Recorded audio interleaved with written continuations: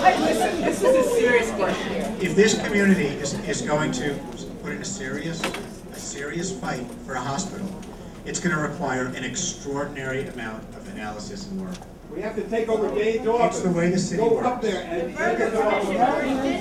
We are offering technical assistance to help you do that work.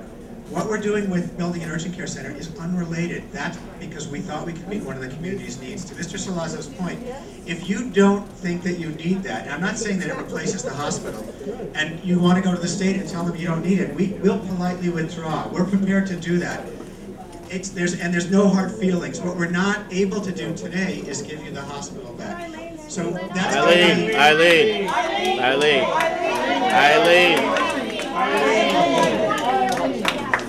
You're always nice. You're always nice. But, okay, what do you think about a needs assessment? Not necessary? No. I have two things to say. First of all, a needs assessment isn't necessary because the Berger Commission the first time around, because they closed hospitals on Long Island with closed beds, right, said that St. Vincent's needed to exist.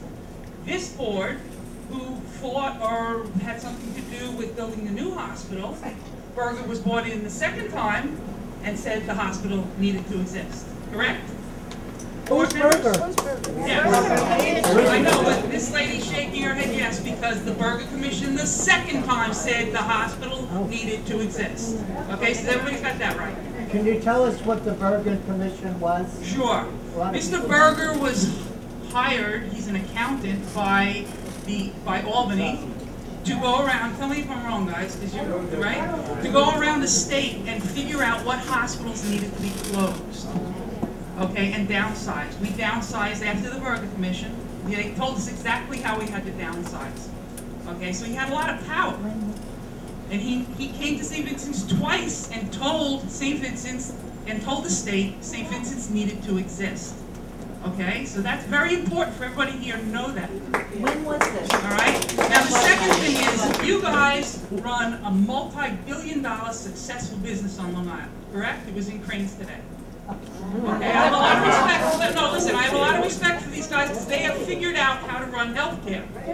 But my question to you is, and you live in Slytown, do you, as professionals, believe that we need a hospital on the Lower West Side, according to the population?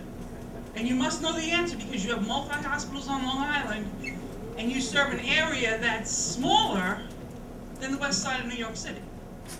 So now, why wouldn't you want to come in and put a hospital on the Lower West Side?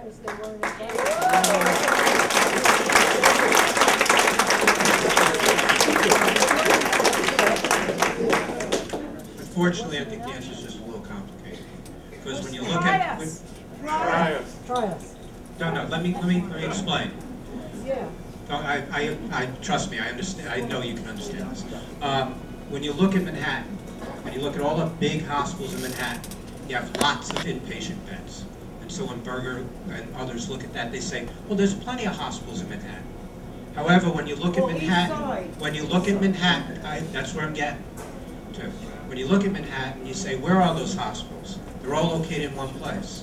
And then you try to figure out how to get patients across town, how to move patients around. It's a very difficult type of thing. If you were to start from scratch, you wouldn't probably locate the hospitals where they are. You'd probably distribute them evenly across Manhattan, and you'd try to figure out how to do this the right way.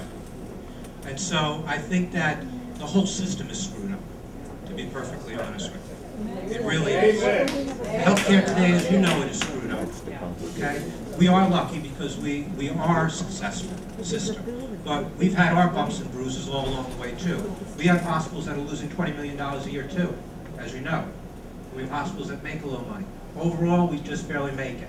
And that's why, as our system, we can't take on the risk of jumping in there alone or trying to take on a new hospital like this, because we have hospitals. We just took on a hospital in Midtown that we have to put a lot of work in to get it stronger.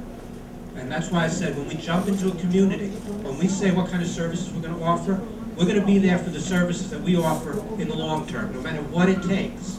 So I'm not prepared to say I can jump into a hospital down here because I don't know if I can survive to make that place profitable and keep it running for the community. And I'm not going to make a commitment to the community that I know I can't stand behind. Okay, but do you believe that there should be a hospital on the lower west side of Manhattan? That's my question, because you Yes or know. no? I don't know. Yes, you do know. No, let me try to answer.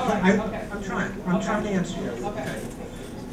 I don't know exactly where a hospital should be located down here. I know that the hospitals are distributed poorly across Manhattan. If you could take a hospital on the east side and plop it down here, that would be a much better thing. And that's what the state is looking at as far as saying, oh, there's plenty of beds in Manhattan. They don't need a hospital down here. What do you That's their think? perspective. But Mr. Berger, when he did his assessment, knew how many beds there were. And he said there needed to be a hospital, absolutely. Yes, I said there needs to be a hospital. Yeah. So do you agree with Mr. Berger? Oh, yes, you are. Come on. Okay. But the Berger Commission recommendations stand.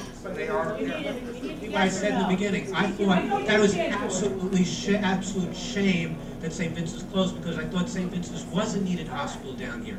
So do, okay? Thank you very much. Yes, Jason?